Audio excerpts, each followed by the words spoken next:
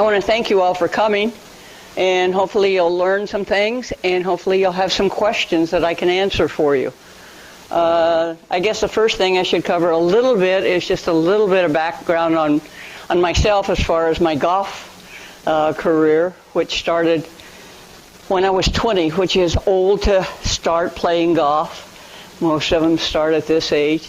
It was kind of a funny story. I was going to college to become a teacher, and the lady pros came to town, and I went and watched them, and I said, I can do that. I know I can do that.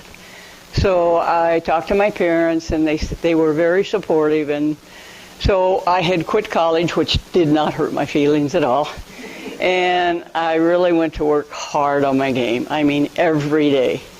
Of course, I was in California, so we didn't have the weather like where I live now in Michigan and here in Florida right now. But it was, I guess, 3 years before I got down to a 7 handicap for 18 holes, and that was from the men's tees. So you can appreciate how much I practiced to get that far in that short a time. I guess the other thing was I was 27 when I finally got on tour, because a lot of things transpired while I was in the process of learning the game. So I got out on the tour, and I really learned to play out on the tour, not to swing the club, but to play, the course management and all of that. And the girls were very helpful. It was very small then. That was back in '71 was my first year on the tour. And we had, I guess a large tournament then would have been 80 people. And now they constantly have, well, they can field 144, I think, is what they can field before they have a cut. So, let's see, what else was there? If you have any questions in between this, please ask me. So when we traveled then, most of us all drove.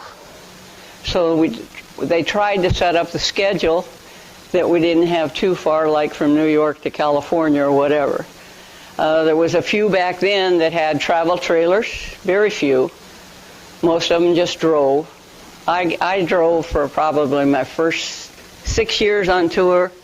And my last 7 years, I had a travel trailer that I pulled, 28-foot travel trailer, which I loved because I had my own bed every night. I could hang my clothes up, no suitcase. And then towards the end, it got where I wouldn't go to a tournament because I didn't want to fly, I didn't want to be in the suitcase, didn't want to be in a separate bed. My number one hate tour on the tour then was to go find a laundromat. Oh, I hated that every week. Go find a different laundromat every week. So that's a little bit about me. I was out there for 13 years. The tour's a lot different now than when I played. A lot more money, obviously. I think they can almost miss the cut and make what I made when I won my one tournament. My only claim to fame is I am still the only left-hander to have won a tournament out there. And I'm really right-handed, but I play left-handed, which makes it quite easy for teaching because I'm always facing the student. The right-handers are facing, and we can swing together. The only ones that kind of screw me up is I get another lefty, and then I have to step aside. So any questions about traveling or what happens on the tour or anything before we get into the etiquette? Yes? Well, hopefully you make enough out there. Some of them had sponsors. I had, that was a funny story. When I got started, I took some time off of my first job, which was, I was at a golf course outside of San Francisco, and I wanted to go play in one of the tournaments. So I went down to LA and I played, and this couple came up to me afterwards. And they had followed me we only had 3-day tournaments then. And they said, Bonnie, we followed Kathy Whitworth and we followed Joanne Carner and all, but you captured our heart and we wanted to, what can we do to help you? Well, me being the modest and shy thing the only thing I needed was money to get out there, and that was hard for me to say. And so they became like distant parents. I didn't have parents at that time anymore. So they gave me a credit card for my entry fee, for my gas, and for my motel to finish out the rest of the tour that year. And then the next year I got with a pro out of Palm Springs, Johnny Trevino, and he said he thought he could get some people together. So I think he got 5 people together. One of them was Frank Sinatra, one of them was a movie producer, and none of them gave more than 500, I think. I think I had 5 people that put up 500. Harold Florsheim. I played with Harold Florsheim and his wife. They called her the General. I found out why they called her the General. Gerald Ford would practice out there at that golf course where we would work on our game. We always had to work on the side of the driving range because the members had the range and we weren't members. And so we would work along the side. Well, if Ford was up practicing, believe me, we didn't even work along the side because he never knew where the ball was going. He was awful. Couldn't get Sinatra to play with us. He was just too ashamed of his game. I think he would have given somebody $1 million if they could have made a golfer out of it. So I never got to play with him. I did get to meet him. I played with Lucille Ball's husband a lot, Gary Morton. He was a lefty. And, you guys would appreciate this. He took me through the house of he and Lucille's. They lived at, I wanted to say La Quinta, but it wasn't. I think it was Indian something. So anyway, I went through the house, I and another player, and it was a big house. It was an older house, but it was big. And we're going through it, and me being the little farm girl that I was, a small town from California called Tulare.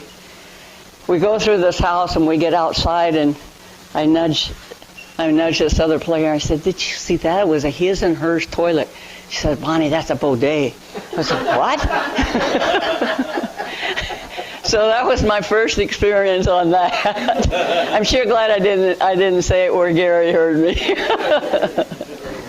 So, and then when you ask about sponsors, everybody thinks that the sponsors are, that the companies all sponsor you. That's not true. A lot of them, if you're a rookie out there, they would love for you to go ahead and carry their bag, and it's free advertisement for them. If you're lucky, then you might get approached to sign a contract with them, and everybody's contract is different. About the only one that at that time, about the only one that had the same contract was Ping. And they did it by how you finished, how many clubs you carried of theirs in your bag, but the number one club you carried in your bag for Ping better be a putter, or you wouldn't get any points. So you did have to use his putter. I know one tournament I came out of, it was in Texas. And I had my Ping putter, thank goodness, because Karsten came in the door, Solheim, the bigwig for Ping, and I had put a big grip on it. That's when big grips were just starting. He said, "Well, you ruined a good putter." He just kept walking. I thought, "Oh dear, I'm in trouble now." So they will give you usually a bonus if you win. Like when you have the hats on, you'll see them with the hats. Now the girls all wear caps. And so if you have their caps on for the clothing, it's just totally different now than what it was when I was out there. I know the guys, the outfits that they have on TV day, those are all preset for them, what they're going to wear. It's like when we do ordering in the shop where I work in Michigan, I know what they're going to wear before probably they know what they're going to wear because they just do that. So that was a good question. I'm sure people wonder, how do you afford that out there? And a lot of us, like myself, I made it from year to year. because the money was so small. I think my best year was finishing in the top 20, and I probably made $21,000. So you make enough money to keep yourself going. Well, now you can't. It's pretty hard to do that with the expenses being so high. But when I think of what they make way down the list, and I'm thinking, oh my gosh, there's just no way. And there's still a big gap between the women and men, and there will always be, which is a shame, but that's just a fact of life. They support the men's tournament more than they support, and I mean spectators. Spectators support the men's more than they do the women's. And it's not mine, I shut mine off. Any other questions? To qualify for the LPGA in the 70s, they didn't have the same symmetric. No, they didn't have the second tour. They had you played with the players then. Did everybody hear the question? How did you qualify for the tour back in the 70s? Well, you would go out, you would put up your money, you would go out and you would play, but you had to beat a certain percentage of players to get a leg. You had to get 4 legs. And you had to finish, you had to beat a certain amount of them to get 1 leg. And this would go on and on. And if it didn't, you started over. So you could be out all of that expense and still not getting any closer to your card. Now, which is nice, they have the Symmetric Tour, which used to be the Futures Tour. The Futures Tour was in progress when I quit. And then the men, there are so many tours now for the men. I bet there is at least 10 tours out there in the men's, at least. So, any other questions? Huh? Etiquette. Ooh. How many here are brand new to the game? Wonderful. Thank you for coming. Thank you. How many are here that have played less than, I'm going to say, 4 years? 2, 3? Yeah? All right. Well, with etiquette, you learn through people telling you. And hopefully you play with enough people that they're helpful and that you don't take it the wrong way or they don't give it to you the wrong way, which is important because you don't want your feelings hurt, and there's ways that they can express it. Sometimes I come off gruff. That's just my sense of humor. It really is. But like, people need to be quiet when somebody's hitting. Now you have to remember, I'm coming from a different end of it than you come from. I've always, from the day I started to want to become a pro, I was taught right away, you don't talk, okay? And it's not wait till the person gets up here ready to hit and then all of a sudden you shut up. You have to give them a little time to concentrate, or you end up with a fist in your mouth or something, I don't know. Be aware of your shadows. That's a big one. I have friends I've played with for a long time. I swear to God, they don't know where the hell their shadow is. They don't know how to move it out of the way. They're just not aware of it. Those things don't bother them, but somebody that's a little more serious, it does. So that's just, be aware of it. Sometimes you have to, if evening time is coming, you got a lot of shadow, sometimes you have to just kind of squat down. You'll see us squat down just to get it out of the way. Okay?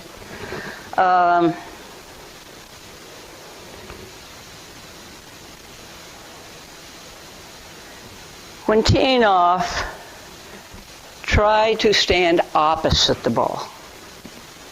This is a pet peeve that I'm trying to get used to, that it still bothers me. That, like I said, I play left-handed. But if I'm standing here, nobody's talking, this person here is fixing her hair, or tucking, I can see it out of my peripheral. Okay? And some of you don't even know there's somebody behind you. I wish I could have that kind of concentration, okay? But it's just things like that that are just etiquette, okay?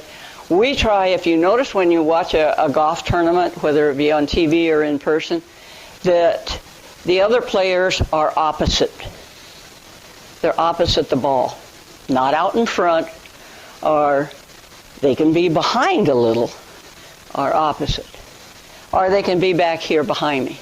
You don't see other players here for that reason, okay? The ones, believe it or not, are the ones in my years of playing, the ones that probably distracted me the most was just as I'm getting ready to take the club away, I'd see a marshal right behind me, and the hands would go up. You know, I'd see the movements. And I'm sure they're told, but they don't realize it. We have a lot of people that volunteer for LPGA events and PGA events, and there could not be a tour without the volunteers. You couldn't thank them enough, really. That is a big business, especially on the men's tour, but they donate all their time, they donate their money to buy their clothing, that clothing that they wear for the tournament, the volunteers, they pay for. And they might get a free round of golf if they want, but they buy their own clothing. And now, rain or shine, they're out there. They might have plastic trash bags over them out there in the rain, but they show up. Okay. Be aware of where somebody is, have their ball marked on the putting green. That, say, could I have a couple of balls from back there? I'll pay you later, okay?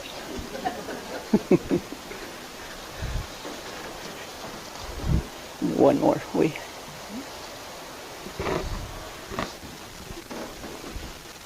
And this is good to know because the greens here have a tendency to be wet a lot, okay? So I'll put it up here so everybody can see it. So we're going to say this is the cup, okay? We're going to say that Bonnie's here, Mary's here, and Sue is here, okay? So they have marked their balls, so they've already put their markers down.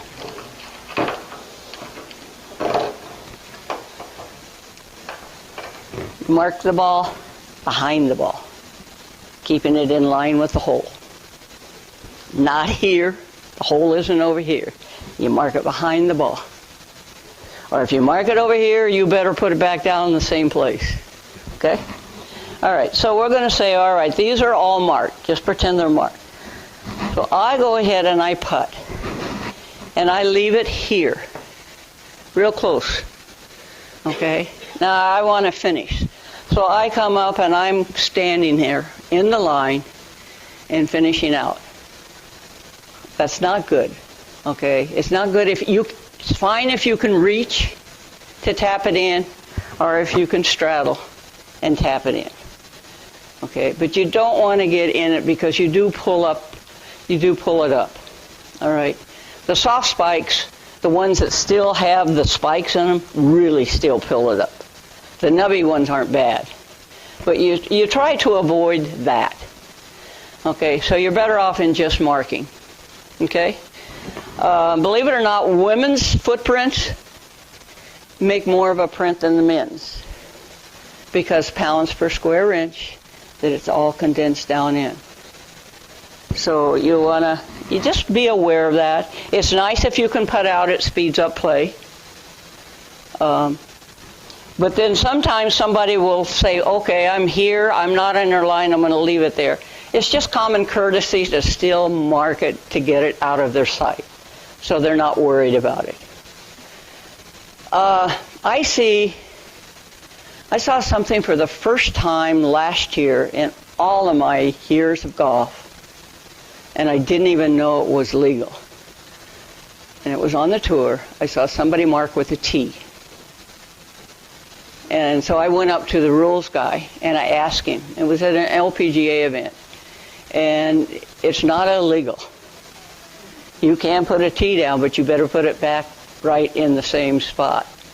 You know, I mean, if you put the tee down and you poke it in, you walk away, you better have the ball right in the same spot. But I've only seen that once, which I just floored me. You know, I don't even like to see somebody with a marker like a poker chip. You know, I do the small ones. You know, I try to do the small ones so if they do hit it, it doesn't really throw them off. Okay. Sometimes the women's clothing does not have pockets. Okay. You can take this, one of your regular markers. You can flip it under your shoestring. And so you got your marker. You can take your tee. You can put your tee under there. And you always have one, okay? So there's ways that you can have your markers. Now, since we have these big driver heads, you usually have to have a small tee and a big tee. I don't know whether I'd want this one in my foot or not. But you'll see a lot of them put it in their visor or whatever and carry it. Any questions? Ooh, you all are so smart. No questions. Ooh. When we're playing, you say you mark it right where the ball is. Uh-huh. I usually ask if I'm in the line of somebody's putt where my marker is. Correct. Would you like me to mark it to the left, to the right? Uh-huh. And they agree to that. Thank you for pointing that out. He just pointed out that if you are, say this person is there, and I have to putt first, okay? And he marks it, or she marks it, and now the marker is going to be in my line. All right. So I would ask him, or he would say, do you need that moved? Well, it doesn't mean you just go up and move it. Okay? It means that you would mark it. This is the proper way, but I'm not talking about the speedy way, okay? But the proper way is you would mark it, put our marker down, and you would ask him, do you want me to go up or down? If you want me to go down, I go here. Now what I'm doing here is I'm going to line this up with something in a stationary line, whether it's a tree, fence post, not a leaf. A leaf can blow away, okay? Or an old divot, okay? So you have that on that line, and then you take it and you move it, and usually one is enough. Sometimes you have to move it two, but you do the same procedure, okay? Because we do speedy golf and we're not, LPGA or PGA, you can do it this way, but put it back the same way. Any questions on that? Yes? Not on that, but here's a golfer that they're on the other side of the pin. Mm-hmm. And being that it's marked, if you're in their line of vision, should you be standing off to the side? Definitely. Okay. Definitely. So, and being still. Yeah, and don't move. Yeah, a lot of people will do that, and it's probably because they haven't been told, but they're trying to watch the line. Mm-hmm. But no, you don't do it. You get a wedge sandwich. No. Yeah. You had a question. Okay. Yes, you had another one? A lot of times I've had people play with us that, when you get ready to putt, and you talked about this shadow situation, I think that's more of a problem on the putting green than it is on Definitely, because we're spread out. Right. And a lot of times I'll stand there and wait. I want to ask them to do, but I think they finally figure it out. But it's so regular for me that I'm playing with. Right. Right. And that's bothering you when you got to putt through a shadow to get to the. Yeah. If there's shadows in the line. You just need to be aware a little more of things like that. And you won't be unless they're pointed out to you. Okay? And they're not being mean, but they need to say something. If it bothers them, they need to say something right away instead of letting it build and build and then they really explode. We could keep the damn shadow out of my line, So, and that can happen. I know Carol Mann. Everybody know who Carol Mann? Anybody here know who Carol Mann was on the ladies' tour? A couple of you. So she was about 6'2", big gal from Baltimore, Maryland, and Kathy Whitworth was probably about close to 6 foot. I can remember walking down the fairway between the two of them. And they're leaning their elbows on my head. Anyway, cold, playing in Florida. Carol was getting ready to putt, and she walked over to this guy, and the guys have their hands in their pocket, jingling their money, and she says, "I'll give you $5 for that change in your pocket." But they're just not aware of it, Yeah. Yes, Carol. I was putting and I went Uh-huh. very nervous, and there was another person's ball off to the left, and I should have been going straight. Well, I didn't go straight. I went straight to that ball and hit it, and it went. Now, does he leave it where it ends up, or does he put it back where it was? Answer it. Well, I always put it back. You put it back. Right. You put it back. If you're out in the fairway, okay, and you hit a ball on the green, he would replace that ball that got hit to the nearest point, and you play yours where it ends up. Okay. But you always try to replace the ball that you moved. Any other questions? These are good questions. This is why I really was hoping we got a lot of beginners, because they're good questions. And sometimes some of you aren't beginners, but you'll think of things that I can't always think of either. Anything more? There's no penalty on high when that happens. Well, if you're playing in a tournament, I'd be calling for a ruling.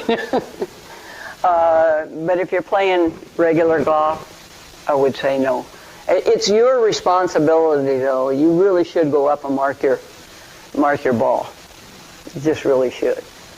But like where she's a beginner, and you're playing, fun golf, and you're playing ready golf. I mean, already you're doing things that you really wouldn't normally do, like hit when you're ready. So yes, if you was to use a ball, if you leave your ball there on the green, and somebody's in the bunker, and they don't mark it, and this person in the bunker hits it, he'll get penalized. Not the person's ball was there, the person that hit it. So the person in the bunker, it's their responsibility to ask them to mark it, because you can't use it for a backstop. Yes? This happened to me the other day. I had hit off of the green, and I wasn't in anybody's way or anything. And I did not mark my ball and pick it up and reline or anything, but I just went to hit it, and it was in a divot that somebody had not repaired. And I don't know if you ever tried to putt out of a divot, but it was a bad deal. I popped up with that. But the guys I was playing with, they said, Tom, you should always mark your ball, pick it up just to check for that and line your ball there. Good reminder. Good reminder. And I do have it down here in my notes on repairing divots. Repair them on the tee. If you take a divot on the tee, and they're so good about having sand here on every hole to repair a divot, repair it in the fairway. I know it's kind of hard for most of you walk here, that you don't carry sand with you. And then you have volunteers that will come and do that. But definitely if you're in an electric cart, you should be filling divots.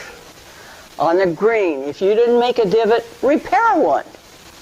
I always try to say, if I fix mine and one other, that would really make a difference in the greens. Okay? This funny looking thing for you beginners is a divot tool. Okay? You stick it in, you raise it up, or you can push it. Either way, you can do it with a tee. So don't say, oh, I didn't have a divot tool. You can do it with a tee. and then tap it down with your putter. I'm so glad they changed the rule now that you can tap down spike marks. I thought that was the stupidest thing they ever had, that you couldn't tap down spike marks, but you can now. That's legal. If you scuff your foot when you step away from the pin, if you put it back in or picked up your ball, whatever, turn around and tap it. Okay? Any other questions? Yeah, Lyle. Isn't there a new rule this year that you can hit a ball onto a green and another ball can be used as a backstop? Isn't that a new rule that came in? If that is, I don't know it, Lyle. So I was hoping y'all wouldn't get into the rules too much. Since I don't play competitive, I haven't really stayed up with the new ones until I'll hear about them when I get back up north and they get into the rules more. Yes, Tom? You mentioned about with the spikes and stuff where you move away and you leave that. I was playing with some people the other day, and one of the guys was, every time he walked, he would turn his foot. Turn his foot. And I finally said something to him. I said, well, I'm not doing that. And then I said, well, this is yours, and this is yours. Because I didn't realize I was doing that. Right. After that, he was a lot better. So if you're playing with somebody that's doing that, you say, hey, you know. Yeah, they don't realize it, especially if they have newer shoes or new spikes in. They really pull up that tender grass on the green, and they don't know it that when they turn, we don't pick up our feet, you know. We'll turn, and then you gotta. Those are all good remarks. Any more that way? Okay, do's and don'ts. Take turns attending the flag, whether it be pull it out or whether it be put it back. Don't just depend on one person to do it all the time. You know, just pop up and say, I got the flag. Usually the first person to putt out will go over and get the flag if it's laying down now. Now we got the flag that can stay in. But usually the first person will go over and pick up the flag, and then when somebody's finished, then they'll go put it in. The other thing with the flag, when you get ready to pull a flag out, twist it this way. Because sand gets down in between the bottom of the flagpole and the cup. And when you pull it, you can pull the whole cup out. So you just kind of break that loose a little bit. So you twist it and then pop it up. How many of you ever pulled it out and the cup comes up? Yeah, it does. It really does. Okay. If I follow up on that, when you put it back in, you put it in and it's sitting on an angle. There's notches on the flag and also in the hole there where there's a certain spot where it will fit and it will center itself. We got notches on these? Yes. That's good for me to know. Yeah. So Yeah. So a lot of people just throw it in there and it's sitting on an angle and go, just move around. Very good. Very good. Okay, see? I learned something today.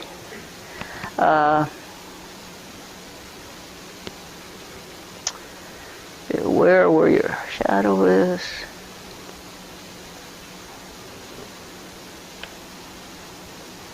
Oh, this is my pet peeve. I can't tell you how many years I heard this out on tour. We always played a pro-am. Okay? So that means we were always playing with amateurs, one day a week. And most of them were club members. And you would always get the guy, and it was a guy, it was never a girl, because hardly did you ever play with any women out there. It was usually guys. Well, you don't want to hit it over here. Or don't hit it over there, there's water. They have told me nothing but negative. And me being the smart aleck, once in a while I'd say, well, what's the matter with the middle, you know? But you really don't. You don't want to tell somebody where to put it, because now you have put negative thoughts in them. You know, you might just make a suggestion. You say, get your line, you know, in a tree or whatever, but don't bother. They can see there's water. Even if there isn't, even if they can't see it. Obviously, if they hit it over there, they don't have that kind of control. So why tell them not to hit it over there? Just don't tell them the negative things. Okay, course management.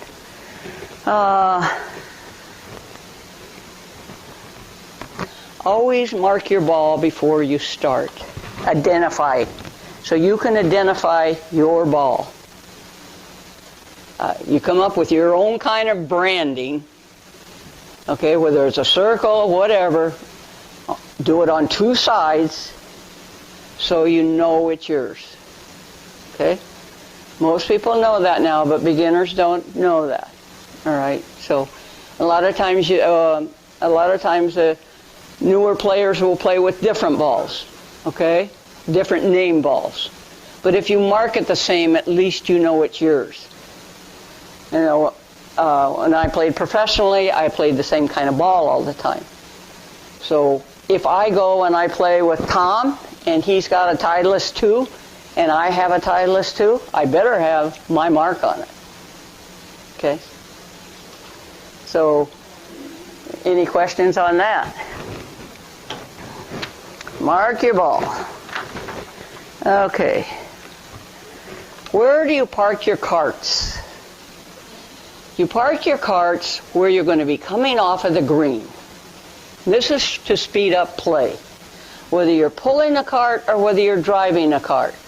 If this is the hole, this is the fairway right here, and my next hole is over here.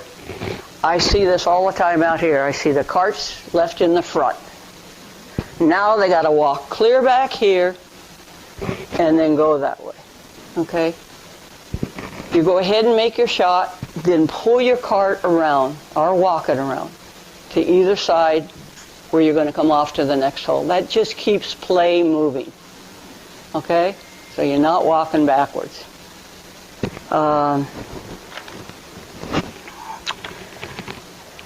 Any questions?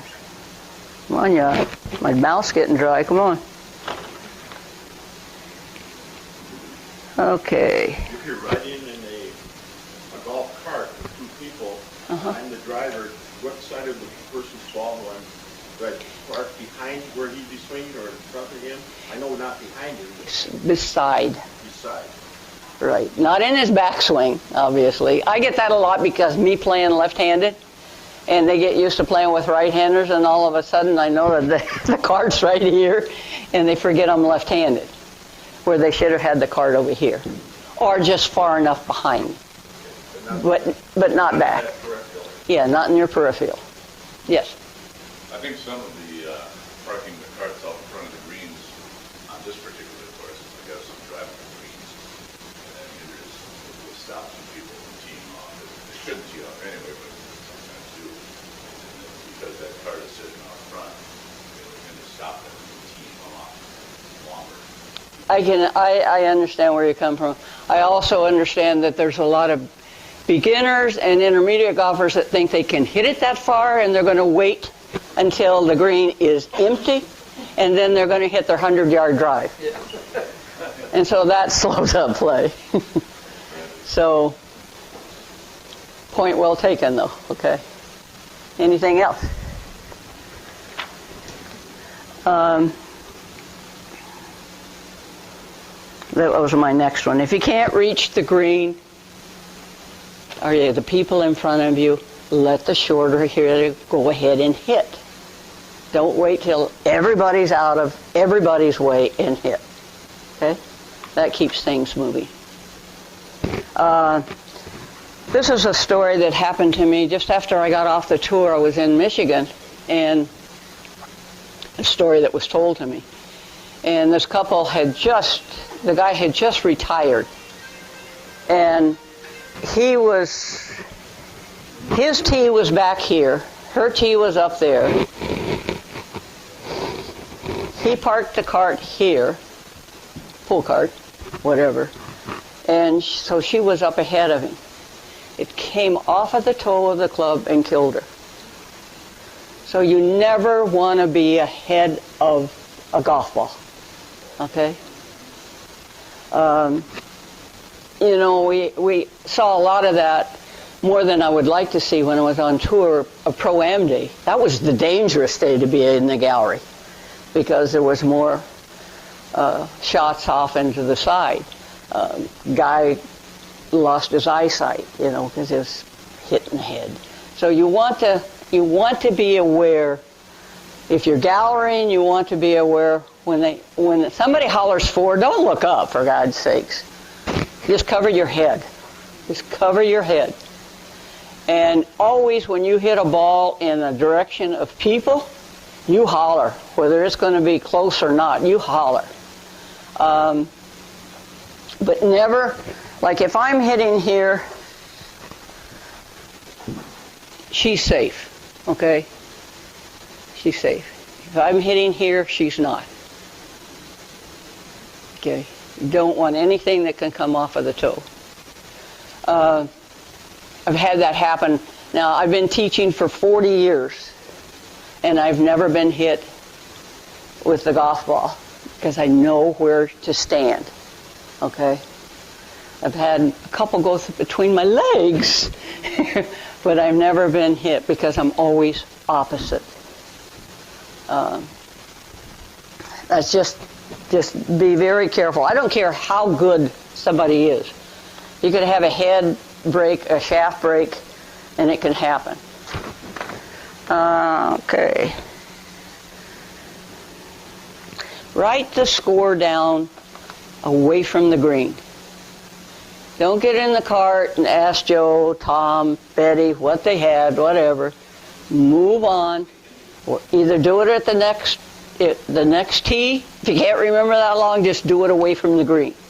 So we can just keep play moving. Okay? How many here do not know what ready golf is? Raise your hand. Ready golf is when you come to the tee, whoever is ready to tee it up, okay? Unless somebody is too close for this other person, okay? But just go, just keep it going. Otherwise, you would be playing in order of the score. The person who had the lowest score on the last hole would go first. Well, we play ready golf, okay? And you actually should do that in the fairway as well. So if you got somebody way back there, and you're up here and you're standing and they're kind of looking, go ahead and hit your ball. That just keeps it going. Then you might be nice and go help them find it. You only get 2 minutes though, you know. And you don't get to hunt for balls all the time, you know. The men are real ball hawks. What's that look for, Tom?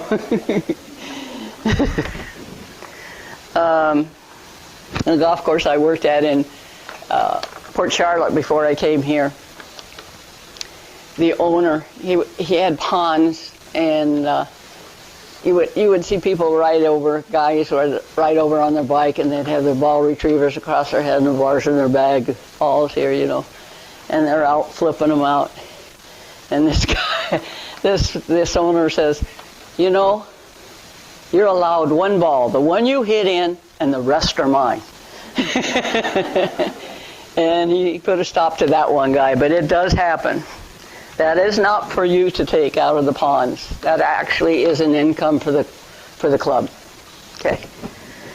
Okay. Anybody have a question? So I've been donating all these years? You've been donating. I call it tithing. I make my tithing all the time. Okay, rake the sand. Okay, if there's no rakes around there, try to smooth it over with your club. But rake the sand. Lay the rake off to the side. Don't lay it in front of the bunker, because sometimes you lay it just in front of the bunker, and if the bunker's here and it pops over and stops right here, you've really created a difficult. So just lay it off to the side.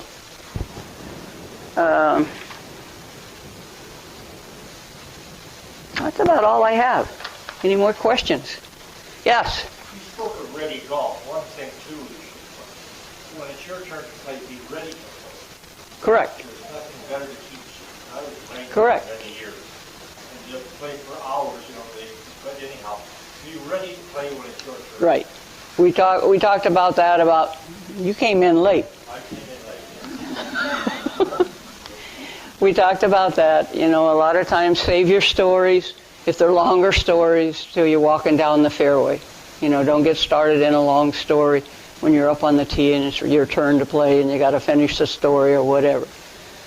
So just think. It's just common sense. But you'll learn. All of you will learn. You might learn the hard way. Hopefully we can help you with the easier way. Any other? Yes, Bob? What about replacing divots in the fairway and that? Like, when should you not? When there is a big, like a pelt or a toupee, okay, put it back. Put it back. Okay, if it's all scattered out or whatever, it's not going to grow back anyway. Put sand in it. Okay?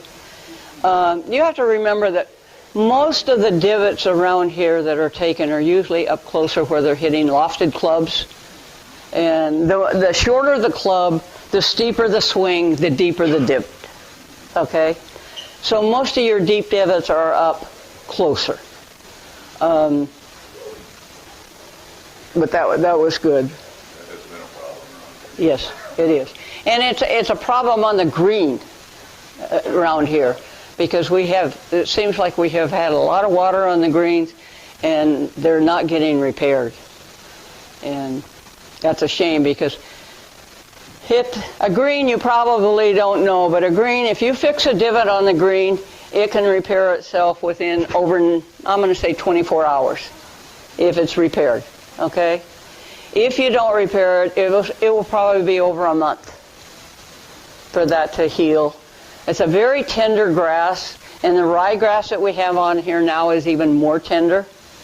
There's a lot of money put into the greens when you think of all of the fertilizer, pesticides, all of that. There's a lot of money put into the greens, so you need to take care of the greens. It really makes me mad when I see, and I don't see women, I'm going to tell the guys, it's the guys. When they miss a putt, and then you'll see them make a mark. And I just want to go over and hit them. I really do. There's no need for that because they are damaging the greens. Anything else? I've noticed damage around the holes, and I think where it comes from is when people, and I know there's a use for them, so they don't have to bend over, but using those attachments to the end of the putter, then they just hook it down. You know, it's usually, now, unless you see them, she said to people that are bruising the cup around the hole, okay? It's usually, I'm going to say most of them that have that will have this, and they can hit the hole usually. Usually what does that is some of them don't have something, so they take a 9-iron or their putter and they try to dig it out. And that's what tears up the hole. And When they're putting the flag back, they miss it. Yeah. putting the flag in or yanking it out, you know. Yep. All right, folks. Well, I want to thank you for coming today. Yes, Mary? I want to know that if you want individual lessons, can we call you? You can. You got to call me nice, though, but you can call me. I do private lessons. I do doubles, and I can do a small group. And the classes, like you did last year, that was... The class I'm doing my clinic next Tuesday, and then one Tuesday after that. Putting and chipping is next Tuesday. I think I have one open spot because of the size of our green and me teaching by myself. I limit it to 10 people. And so I have one spot left open for putting and chipping, and I think I have 5 spots left open for the swing clinic. And then after that, we'll see if I do any more. More than likely, it would be just private. Okay? Yes? Thank you. Thank you. Thank you. Thank you all. Yes, Ross? What's the proper etiquette on profanity? I don't know. I've never heard a cuss word, Ross. You're going to plug your ears playing with him and I. Thank you.